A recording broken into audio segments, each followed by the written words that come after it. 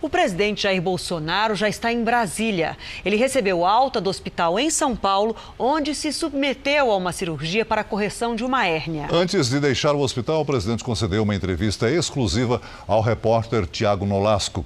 Bolsonaro falou sobre a viagem para participar da Assembleia Geral da ONU, a situação do preço do petróleo no mundo e também sobre uma postagem do filho, o vereador Carlos Bolsonaro.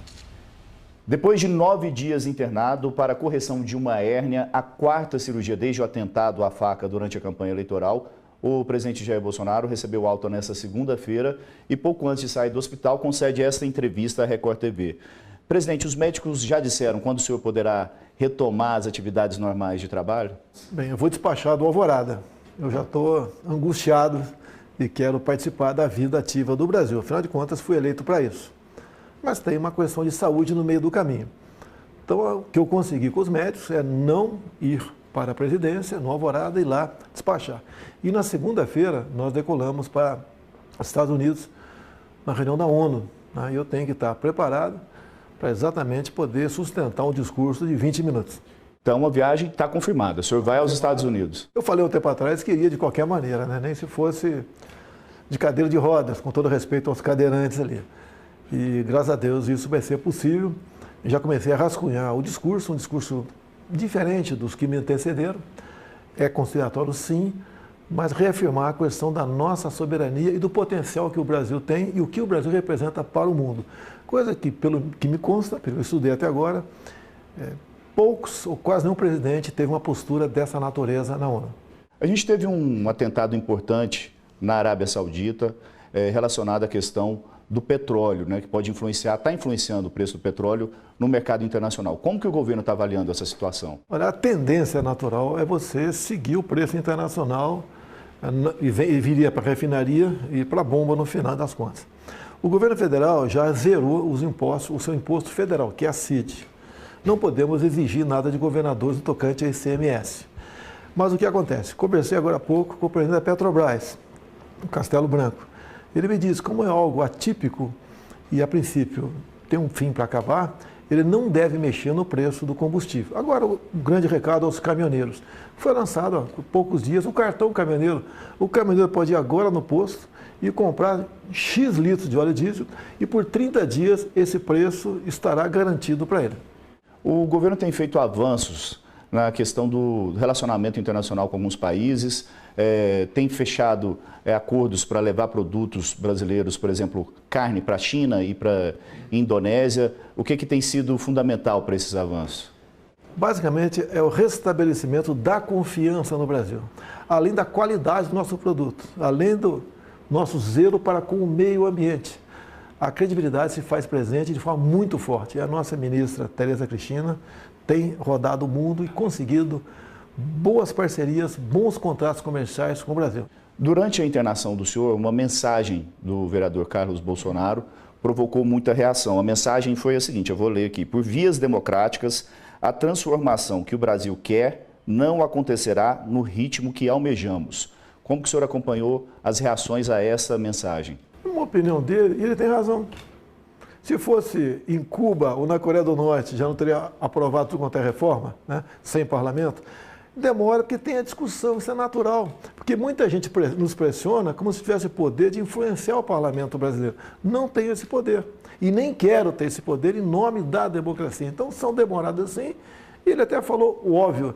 Eu, se estivesse estudando português agora, meu tempo de garoto, ia falar que isso é uma figura de linguagem conhecida como pleonasmo abusivo. Como o leite é preto, o leite é branco, ou o café é preto, ou o gelo é gelado. É coisa óbvia. Eu acho que nem deveria dar essa repercussão toda que se teve aí fora. Teve, obviamente, porque é meu filho. Se fosse qualquer outra pessoa, não teria problema nenhum. As reações diziam que era um ataque à democracia. Pelo amor de Deus. Tá? Alguma manifestação minha, o presidente sou eu, tá? Dizendo que a democracia não pode ser feita diferente, não tem nada disso. Tudo nós temos procurado ao parlamento. Logicamente, tenho minhas críticas ao parlamento, o parlamento tem para comigo. Gostaria que fosse mais rápido, até por questões óbvias que o Brasil não pode continuar marcando passo em alguma coisa. A reforma da Previdência, né? Nós estamos no 8º mês de mandato. Está demorando um pouquinho, mas esse mês, se Deus quiser, será tudo resolvido. entra a reforma tributária depois, e o Brasil está caminhando, e você pode ver, né? Há quantos anos tentaram fazer uma reforma previdenciária próxima da nossa e não conseguiram? Eu acho até que o Carlos se equivocou. Está sendo rápido demais no governo Jair Bolsonaro. Na questão da demissão do secretário da Receita Federal, Marcos Cintra, houve alguma quebra de confiança? O que aconteceu? Não, o Marcos Cintra foi meu colega de parlamento por 2 ou 3 mandatos. Era o chefe da Receita, um bom relacionamento com ele, foi indicação do Paulo Guedes. E o que havíamos combinado, né? É que não entraríamos em detalhe na reforma tributária até a apresentação final do projeto para mim. Por 2 oportunidades, isso foi antecipado pela equipe dele. E a última antecipação falou-se na volta da CPMF, que é uma questão que eu decidi que não se toca mais nesse assunto, até porque é um imposto contaminado.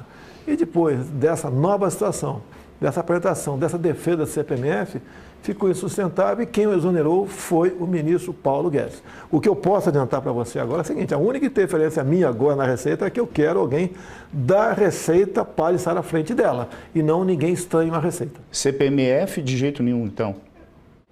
Você pode até falar em CPMF, deixar o povo discutir, deixar o parlamento discutir. Agora não pode ser uma proposta de governo, porque para você desfazer tudo o que aconteceu no tocante de CPMF é quase impossível. Foi criado um bom propósito lá atrás, um imposto para a saúde.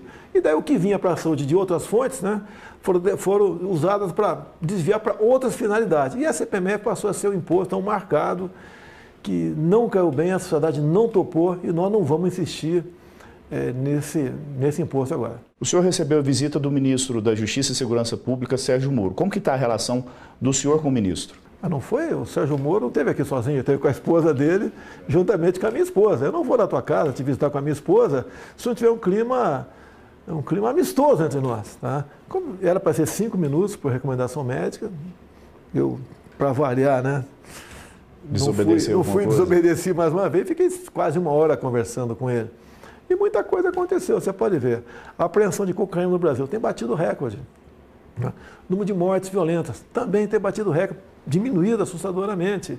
É em grande parte trabalho dele, o desmantelamento de alguns grupos de criminosos organizados no Brasil. Eles não se organizam mais dentro das delegacias, né? Foi um trabalho do governo federal e ao dispersar pelo Brasil líderes de facções criminosas, eles perderam a capacidade de se organizarem. Então o crime não está tão organizado como estava no passado. Em função disso, eu tenho a agradecer ao Sérgio Moro o trabalho que ele tem prestado. Não é para mim, não, é para o Brasil.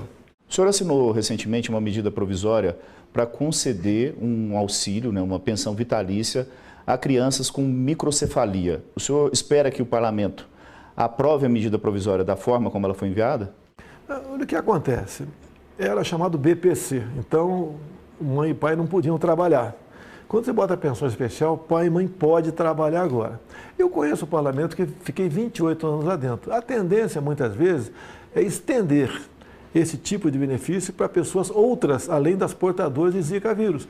Aí mexe com o orçamento. Eu seria obrigado a vetar, senão estar em curso em crime de responsabilidade. O apelo que eu fiz no pronunciamento no dia da assinatura da MP foi nisso. Por favor, não amplie o benefício, você vai prejudicar os portadores de Zika vírus no primeiro momento. Os saques do FGTS, de contas do Fundo de Garantia, começaram no fim de semana. Quando que o governo espera que comece a ter algum impacto na economia? Muito rápido, com toda certeza, porque é um dinheiro que está ali, né? Muita gente criticou o valor muito baixo, R$500. Eu já fui militar, vivi exclusivamente do salário de militar. R$500 a mais por mês no salário militar é muito bem-vindo, né?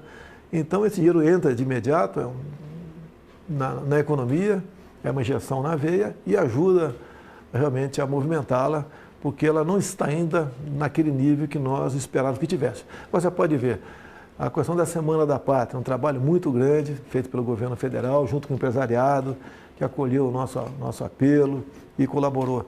As vendas no comércio naquela época aumentaram em 12%. Então, estamos fazendo o possível para movimentar a economia.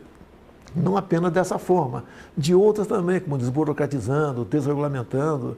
A própria Receita Federal vinha fazendo trabalho nesse sentido, vai continuar fazendo também.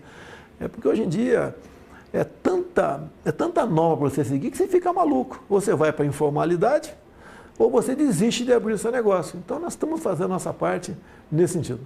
Presidente, teve uma reportagem de uma revista semanal que o repórter se passou como um cliente para mostrar o trabalho da sua nora, a esposa do deputado Eduardo Bolsonaro. Como que o senhor viu essa situação? Ele teve com ela por cinco momentos, né? Ele gravou tudo o que aconteceu ali, o que ela me disse que ele, se passando por gay, inclusive, né? Falava muito da questão religiosa, da questão de política, para exatamente ver se ela falava algo, né, que pudesse comprometê-la. Eu não li a matéria da revista, eu tive outras coisas mais importantes para fazer, mas o que eu vejo é o seguinte: não é esse o trabalho que a imprensa tem que se prestar a fazer. Quando você procura um psicólogo, você parte do princípio, né, que você tem confiança nele e ele em você. E aquilo morre ali. E só poderia ser gravado um comum acordo com vocês dois. Mas nunca para divulgação. Por falar do deputado Eduardo Bolsonaro, já tem data para encaminhar a indicação dele à Embaixada de Washington para o Congresso Nacional, para o Senado Federal? Não posso falar em data. Eu sabia que o nome dele, ao ser cogitado, daria muita polêmica. Muita gente entrou para o lado pessoal, tá certo? Agora, ele está vencendo resistência. Lógico, eu pretendo que ele seja aprovado. Tem competência, tem qualidade? Tem. Não é porque é meu filho. Se não for meu filho, vai ser filho de alguém. Tá? Agora, ele, uma pessoa que o mais importante, tem liberdade com a família do presidente Donald Trump. Essa é a maior intenção. O embaixador é um cartão de visita. Tanto é que há uma semana ele foi aos Estados Unidos, junto com o Ernesto Araújo, e foi recebido pelo presidente Donald Trump. Ninguém nunca conseguiu isso. E um problema que nós tínhamos para resolver foi resolvido. Também, Donald Trump, por ocasião da reunião do G7, foi a pessoa decisiva para conter o senhor Macron no canto, que estava fazendo uma campanha enorme contra o Brasil, em cima de um fake news, mentira que acontecia aqui. Aquelas queimadas, infelizmente, acontecem, mas não a proporção divulgada pela imprensa europeia. Presidente, muito obrigado pela entrevista e boa recuperação para o senhor. Muito obrigado pela oportunidade mais uma vez, estou me sentindo muito bem e espero dentro de poucas semanas voltar à normalidade aqui. No momento quero agradecer a todos aqueles que oraram, ficaram preocupados com a minha saúde, mandaram mensagem de fé, de confiança e pronto restabelecimento. É muito bom ter gente pensando, né, dessa maneira e tentando ajudar aí o Brasil realmente a superar as suas dificuldades.